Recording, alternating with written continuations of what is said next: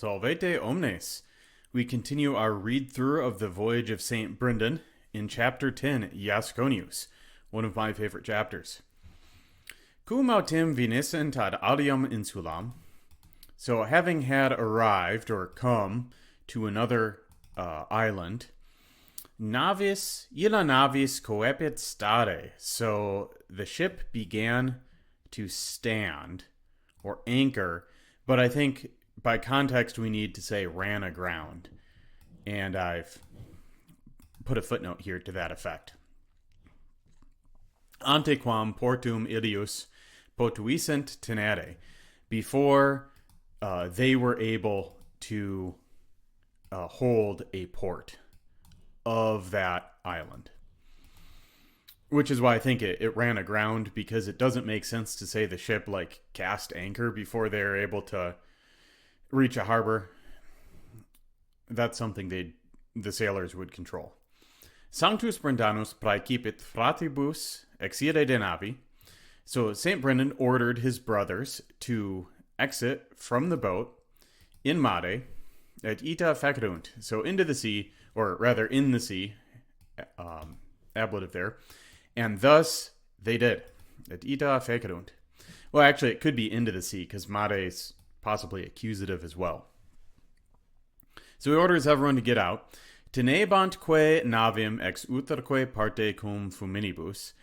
And they were holding the boat out of either part, so either side of the boat, with ropes, usque dum ad portum venit, until they had come to the port. So they run aground, he has them get out and pull the boat with ropes from both sides until they get to the harbor. Erat autem illa insula petrosa sine ulla herba. For that island was without rocks or other herbs. Actually, scratch that. It was a rocky island. Insula Petrosa modifies island. It can't be with the sine because that takes the ablative. And Petrosa, here I put in nominative. I mean, you could argue, you've got to keep it as an adjective. It doesn't make sense to throw a macron over that and keep it with there because it's an adjective. So it's a rocky island without any plants. Silva rara erat ibi, so the woods were sparse or rare there. Et in litore ilius nihil de arena fuit. In the shore of that, meaning of the island, nihil de arena fuit, there was nothing of sand. So it's just this really rocky island with a couple trees or things that look like trees. Poro per noctantibus in rationibus et in vigiliis fraterbus fores navim. So further, having spent the night in prayer and in vigils, the brothers having done that outside the boat, another ablative absolute here, the man of God was sitting inside the boat. Vir deis rebat intus. Sciebat inem qualus erat illa insula. For he knew what type of thing was that island. We get the word quality from here, qualis. Tamen noluit indicare, but he did not want to indicate it, ne fuissent perteriti, that lest they were terrified.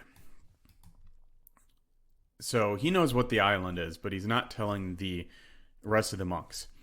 Mane autem facto, so morning having arrived. Paraecipit sacerdotibus ut singuli missas cantasset. He ordered the priests to sing masses one by one. And the sacerdotibus here is just some of the monks who are tasked with singing the mass or performing the religious rite of the mass. Et ita fecerunt, and thus they did. Cum sanctus Brendanus et ipse cantassent in nave. So with St. Brendan and himself singing in the ship, coeperunt fratres carnes crudas portare foras de nave. So the brothers began to carry crude meats or raw meats outside of the ship ut condiscent sale illas, that they might,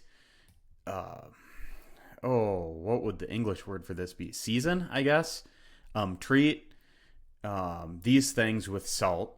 They're going to take their raw meat and put salt on it to process it, to keep it from going bad. Et etiam piscis quos secum tulerant de alia insula. And also the fish which with them they had carried from the other island. Cum haec ficissent, these things having been done, or having done these things, posuerunt cacabum super ignum. They put a cooking pot on the fire, or over fire. Now the cacabus, we'll see this a couple times in the book. A glossate here is cooking pot. Personally, in my mind, I see this as like a large black cauldron because it's going to end up floating, so it needs to have a shape where it can float. Cum autem ministrabant lignis ignum, suith having ministered the fire with wood, meaning they're starting the fire and like feeding wood to it. They were ministering the fire with wood. Et fervere quod pisit cacabus, and the cacabus, the cooking pot, the cauldron, having begun to boil, coepit illa insula se movere sicut unda. The island began to move itself like a wave.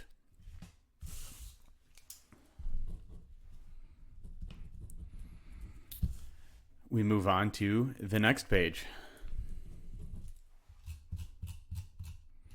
Fratres vero, coeperunt curere ad navem, and the brothers began to run to the ship, because now the island was moving like a wave.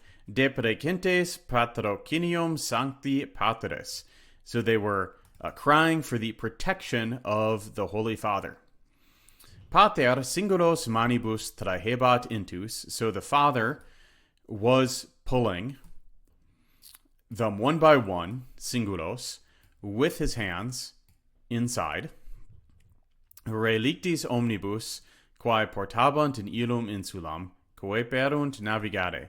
So having left everything which they were carrying in that island, they began to sail. So he pulls all the monks inside, but they leave all the things that were outside of the boat, and they of course start to float away. Poro illa insula ferebater in oceanum. So further, that island was carried into the ocean. Imo poterant videre ignum ardentum super duo miriaria. So rather, and imo doesn't, it makes more sense as however, I think, rather than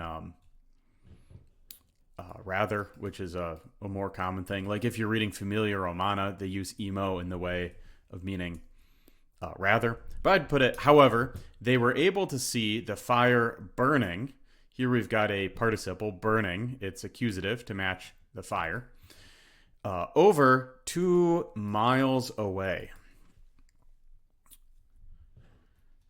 So there they see the cacabus, the cauldron. It's floating away. They can still see it 2 miles out because it's, technically they can see the fire that's under the cauldron 2 miles away because it hasn't gone underwater yet. Sanctus Brendanus naravit fratribus quod hoc esset deacons. So St. Brendan narrated or told to his brothers what that was, or what it might be, saying, fratres admiramini quod fecit haec insula. So brothers, do you marvel at, do you admire what this island did? Aiunt, they said, admiramur valde, we admire greatly, nec non et ingens pavor penetravit nos, and also a great fear has penetrated us, meaning they're like struck to the heart, cut to the heart with fear of what happened. Qui dixit illis filioli nolite expavescere, who said to them, little sons, do not fear. Deus inem revelavit mihi hac nocte per visionem sacramentum huius rei. For God revealed to me this night through a vision the secret of this thing. So huius rei is genitive of this thing. And sacramentum, I think, is best glossed as secret here. Now, sacramentum could mean an oath. It could mean a sacrament. And perhaps there's some wordplay going on here.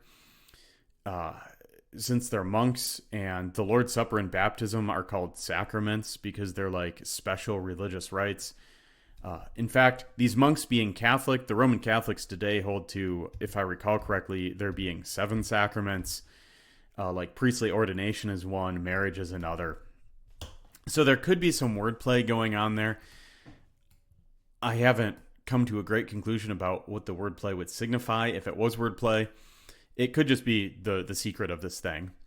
Insula non est ubi fuimus. It is not an island where we were, said Piscus, but a fish. Prior omnium natantium in oceano. So before, or larger, or superior of all swimming things in the ocean. So omnium natantium is plural genitive there.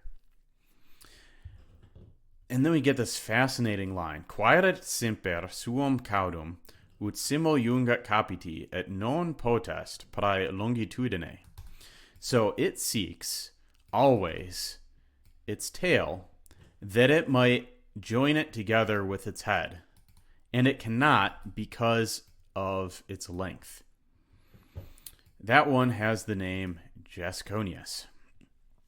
So this sentence here, you've got this giant fish. You've got a very common trope here for, a sailing story. Oh, they land on an island that's not an island. It's actually a giant fish. You've probably seen this with sailors landing on a giant turtle or on a whale.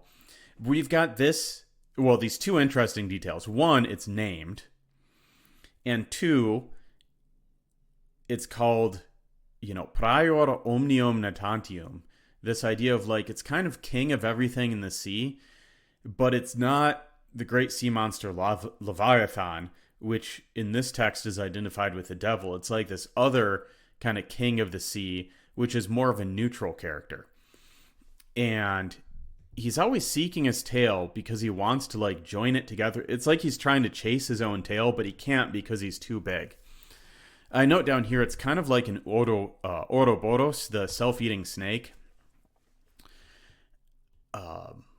And what we'll see in a future chapter is that they keep going back to Iascōnius to celebrate masses on his back, which is kind of fascinating. If they could celebrate mass in the boat, and they do sometimes, but sometimes they find the sea creature and get out on him and celebrate mass there.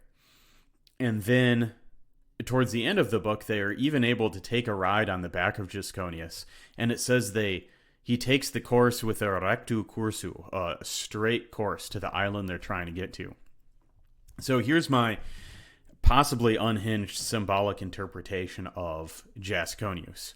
I think Iascōnius represents the appetite of self, the flesh, if you will, right? Because there's these monks who are doing very monkish things. They're trying to live this religious life. They get out of the boat and they, sing masses, they keep vigils, and they're fine. There's no problem. But then what happens? They take food out of the boat and they start to process the food. They start to